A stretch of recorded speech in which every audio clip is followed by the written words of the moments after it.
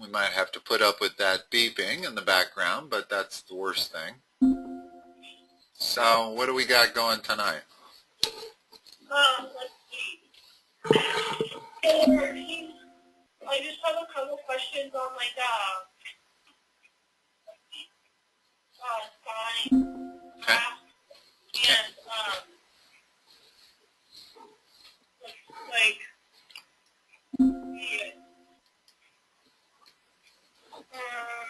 just like taking a trigonometry. Okay. Do you have some specific problems? Yeah. So this one has like a whole chart. Okay. Best way, if you have problems that require you to interpret a chart or graph, then that's hard to verbalize. So those are the kind of problems where you'd want to take a picture and send it to me. Okay. And you can do that. You can do that now if you want. It doesn't take that long to take a quick picture and send it. Do you have my email address? Can you just read it to me really? I'm going to write it so you.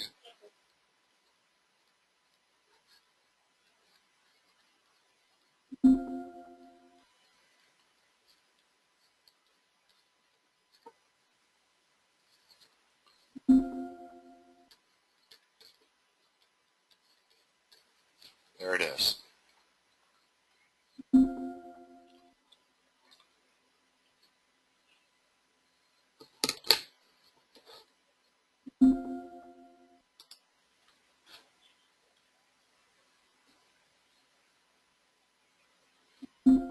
And while we're waiting for that, if you want, if you can verbalize, in other words, you probably have two different types of problems, my guess.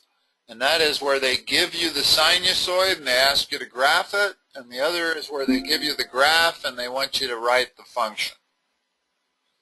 Yeah. Okay? Well, we can do verbally where they give you the function and they want you to graph it.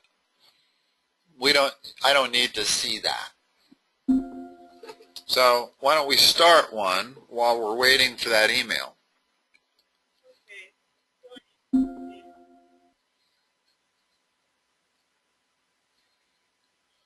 Hold on. Let me try one more thing. Okay. Do you have a iPhone or is it a Android? Yeah. It's an iPhone. Okay. I have an Android, so I can't help you. On mine, when I take a picture, then I hit share. Then it gives me options. I can send it to an email address or whatever.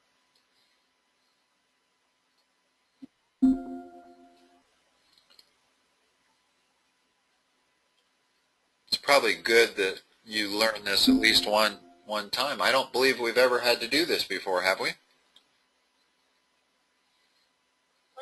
I think I've done it once before, but I don't know how I did it differently. Okay.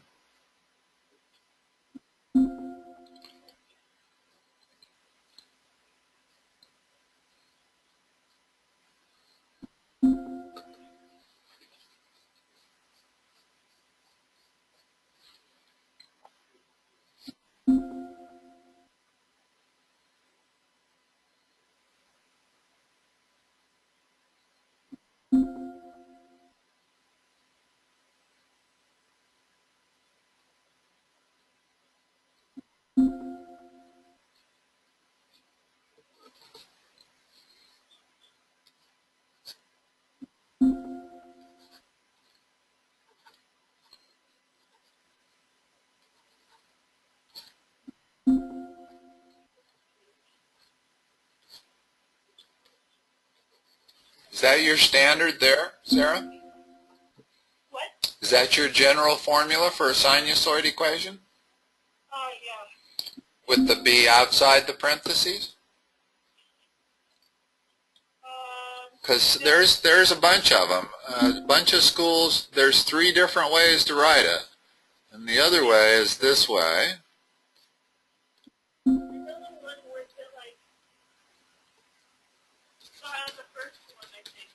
And the third way is this way.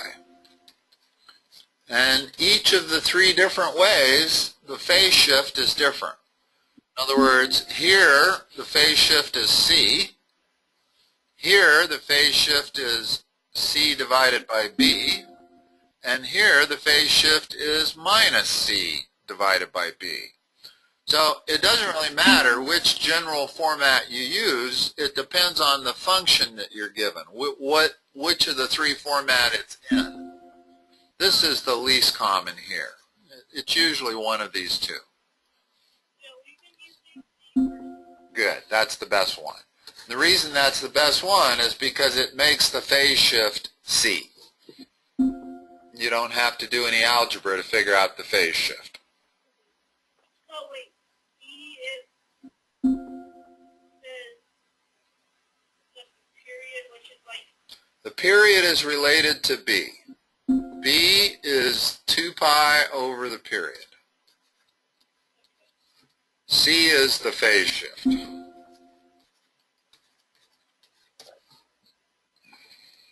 wait, what is that? Well, if I had a sine curve and I phase shifted it by 90 degrees to the right, then it would start there. That's what a phase shift is. A phase shift is identical to a horizontal translation. In other words, it does not change the shape of the curve at all. It just moves it right or left. A positive C moves it to the right. And then D is just a vertical shift? Vertical shift. It also does not change the shape. Moves it up or down. The things that change the shape are A and B. Because B changes the period. So if you change B, you might make this thing go like that. Okay. And then will A just vertical is, this is exactly the same as a polynomial expression.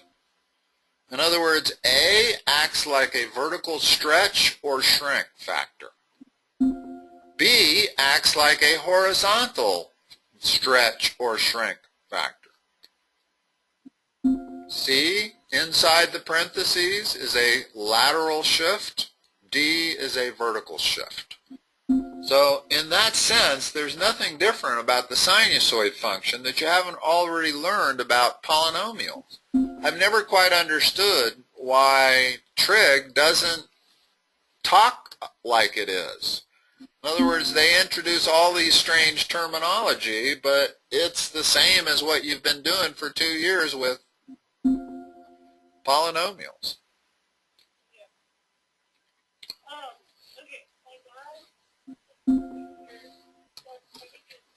I got it.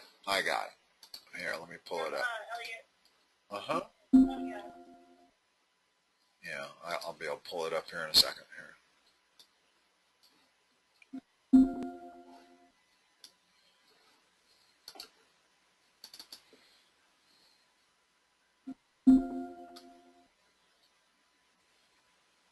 All right, you're getting these kind of problems. These are challenging.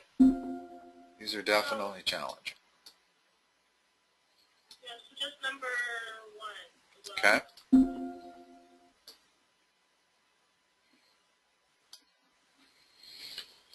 Yeah, they do put the B outside of the parentheses. Why they add that second set of parentheses, I'm not sure, but all right. What is A? When you have a real world problem like this, where do we get A? In other words, I'm going to take this table of data and I'm going to figure out what A is, what B is, what C is, and what D is. Then I'll know the function. So how do we get A from a real world problem? We do the maximum. Let's see, I always have to think about this. A is the maximum minus the minimum divided by 2 and D is the maximum plus the minimum divided by 2.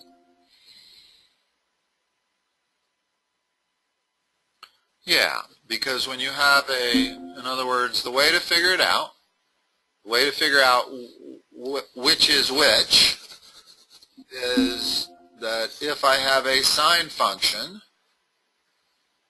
and I know that A is 1, well, I get that by taking 1, the maximum, minus the minimum, minus 1, which gives me plus 2. I divide by 2, that gives me A. Whereas if I want to know what D is, I take the maximum plus the minimum and divide by 2. That gives me 0. And in this case, D is 0. So A is the maximum minus the minimum divided by 2, and max minus min divided by 2, and D is always the max plus the min divided by 2. Okay? So, what is our maximum here? 27. Okay, what's our minimum? 14. So 27 minus 14, why would they give us odd numbers like that? So 13 divided by 2, 6.5 is A. What is D?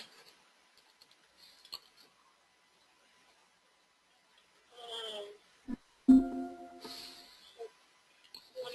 plus 14 divided by 2. 20.5.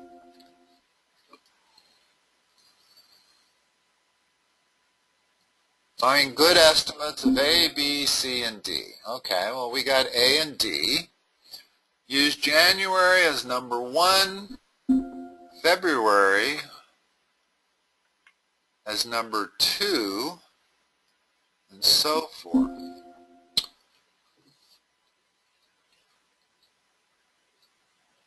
What is our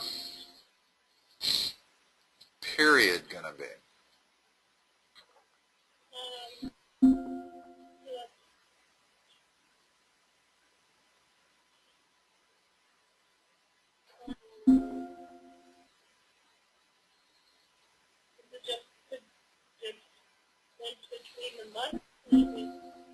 Well, let's have a look at this thing.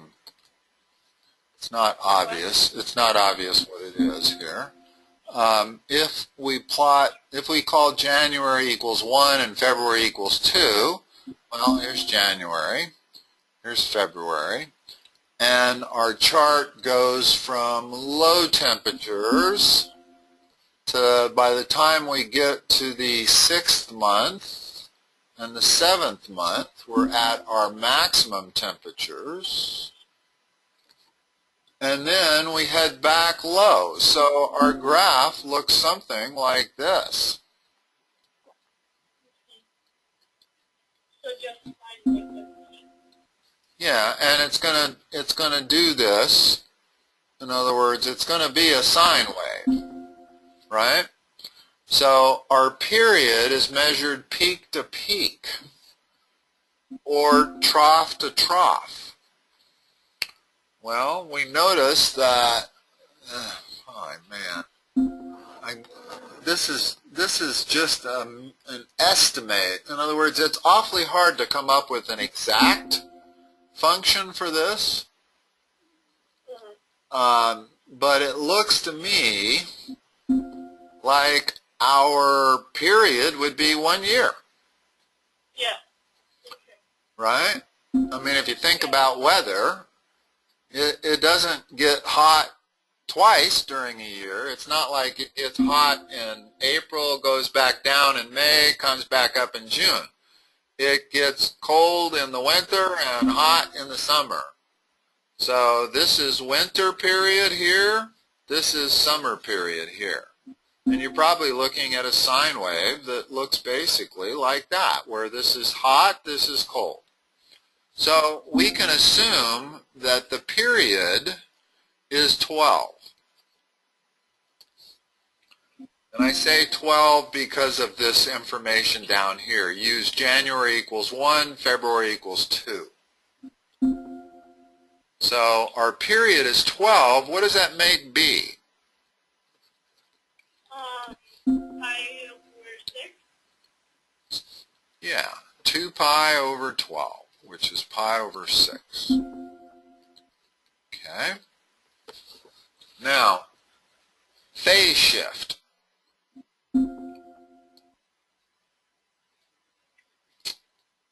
Let's talk about phase shift for a moment on this function.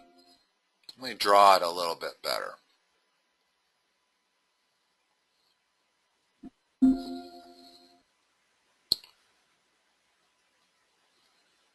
What did we figure out D was? D is 20.5.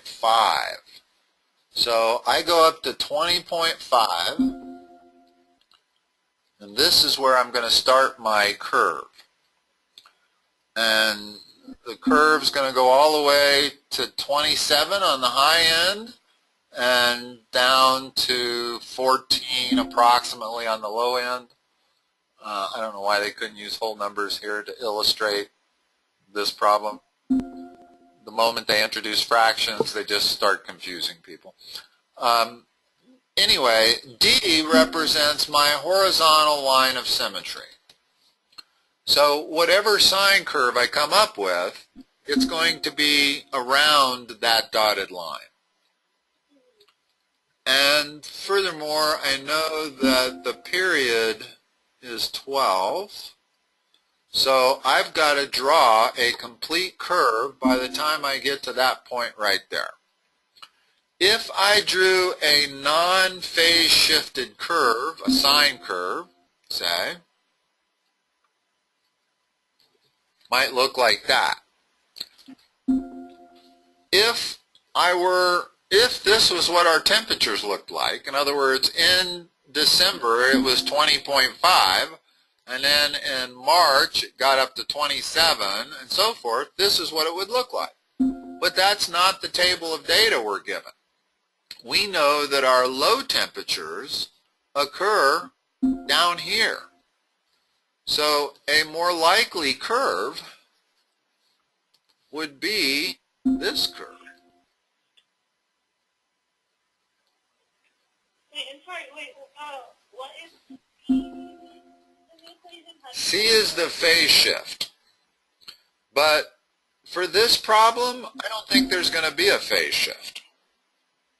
Okay. In other words, what is this curve right here that I just drew? Is that a sine curve or a cosine curve? Is it a positive sine curve or a negative sine curve or positive or negative cosine curve? It's a negative cosine curve.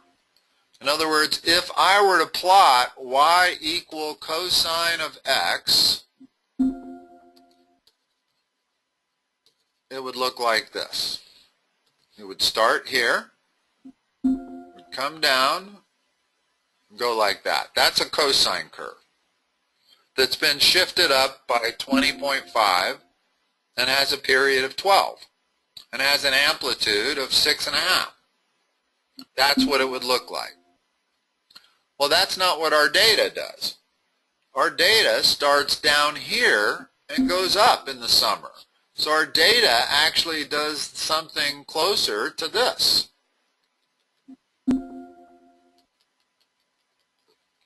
Right? In other words, in December, we're around 14 degrees. By month 6, we're up near our peak degrees. Then we come back down. As we get back into the winter, we get cold again. So doesn't look like there's a phase shift needed here. So all I need to do is define it as a negative cosine curve. In other words, I've got my A with a negative sign in front of it. I'm going to use cosine instead of sine. My B is pi over 6. X, there is no C, and D is 20.5. So there would be the curve that approximates this set of data. Okay. Now, if I'm trying to figure out how to explain what a phase shift would look like here. If the temperatures in December were 20 degrees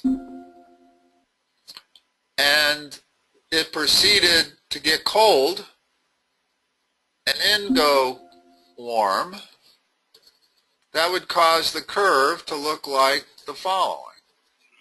In other words, let's place it somewhere on the globe, the planet, where that would happen.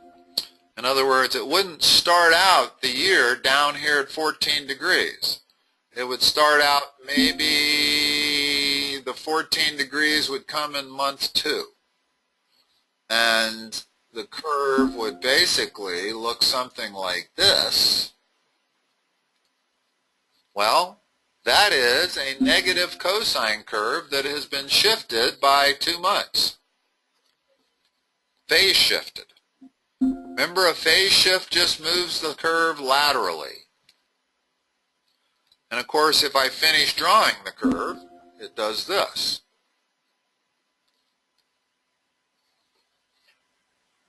So this, I actually would have a couple of ways of defining. Generally, the rules are is you use sine or cosine, whichever minimizes the phase shift. So let me give you a curve.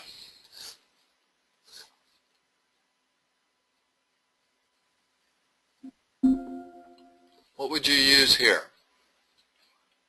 We just saw where that could be a negative cosine curve with a phase shift, but what is a more efficient description of this curve?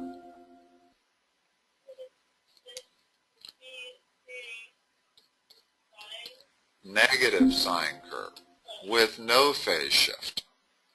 In other words, any sinusoid function can be expressed as either sine or cosine, depending on the phase shift.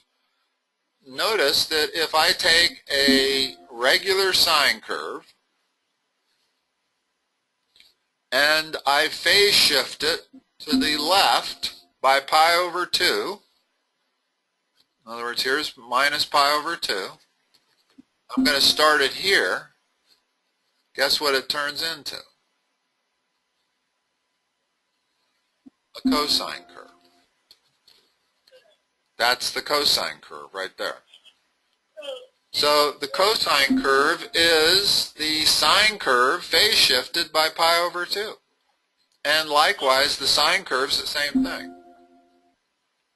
In the equation, if there is a phase shift, then you put it in terms of sine or cosine. Like, You use whichever gives you the least phase shift.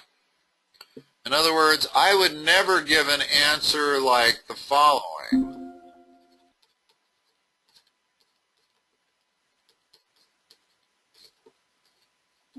Because that has a phase shift of pi over 2, and yet that equation is the same as...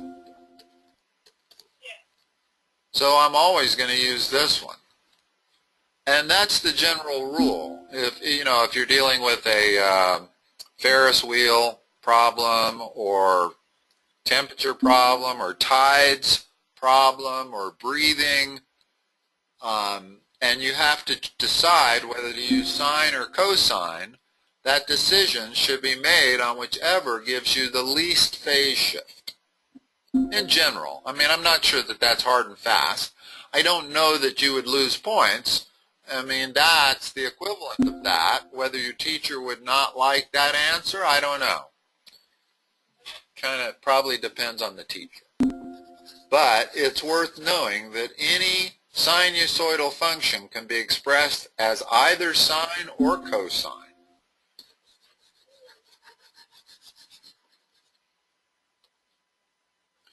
All right, so did we finish one? I think we did. Now notice 2 is a little different. 2 is that different place on the planet. In other words, 1 is in Greece, where the coldest months occur right at the beginning of the year. The warmest months occur in the middle of the year. But in Christchurch, New Zealand, the warmest month occurs in February. The coldest month occurs in July.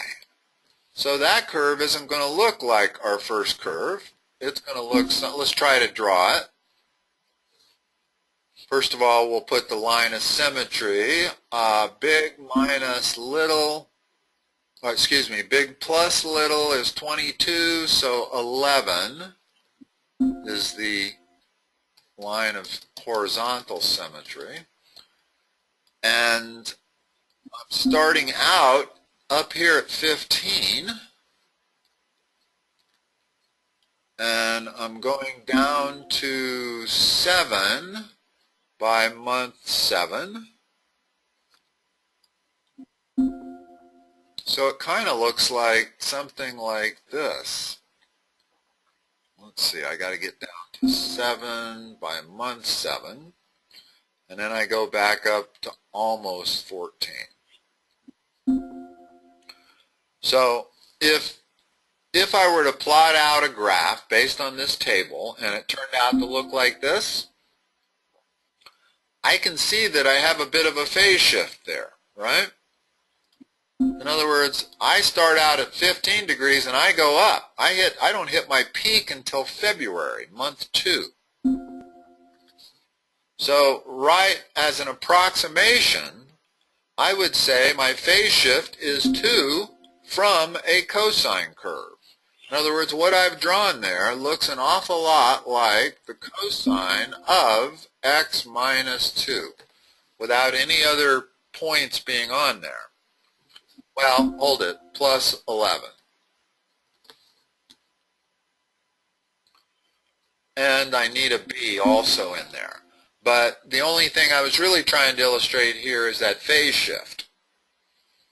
You can look at a graph and figure out whether it's been phase shifted or not by looking for peak to peak.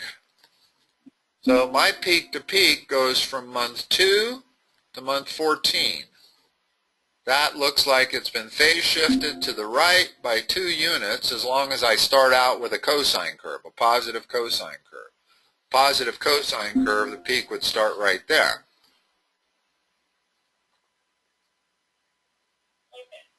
Okay? And that's pretty much the way you have to do all of these modeling problems, is figure out A, figure out B, figure out D. It looks like all of these are based on mean temperatures, so I'm guessing that all of these, the period is 12. And A and D are pretty easy to figure out. The only thing that's difficult to figure out is the phase shift. And the only one of these that I can really see much of a phase shift would be number 2. And it's not much of one. But if you had to draw a peak, you'd put it at February, not December 31st. In fact, the December temperature is 14, February is 16, so it clearly goes up from the start of the year. This picture that I've drawn is relatively accurate. I would definitely say there's a phase shift there. There isn't any in number 1, and number 2 doesn't look like there's much of one. Well, there's a little bit of one. Wow, number 2, the maximum temperature is at 0.0, yeah. And the minimum temperature looks like it's in month 8. So I don't know. I probably would not put a phase shift in there. Whenever you're modeling just 12 data points like this, you know, you're at best going to have an approximation. It's not going to be that accurate.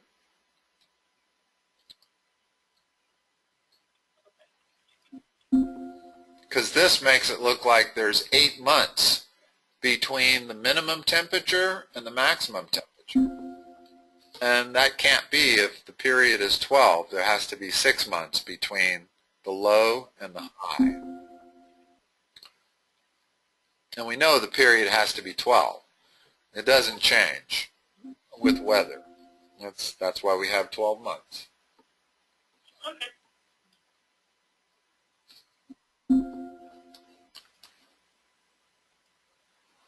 Have you had other kinds of problems besides the temperatures? I mean, usually, you know, oddly enough, not all trig students have to do these kind of problems. And this is definitely the toughest part of trig, is where they give you real-life model and tell you to come up with the sinusoid equation that fits it. That's the hardest part of trig. And they'll do breathing, they'll do tides, they'll do... The most interesting one is probably a Ferris wheel, where you're modeling the height at any point in time. And X is measured in seconds, not months or days, like this is. Yeah.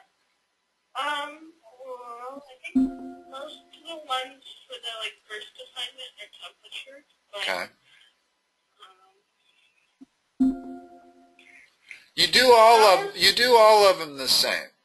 In other words, a breathing problem might say your lungs hold 4 gallons of air when you breathe in, and they hold 2 gallons of air when you breathe out. And you breathe in and out every 4 seconds.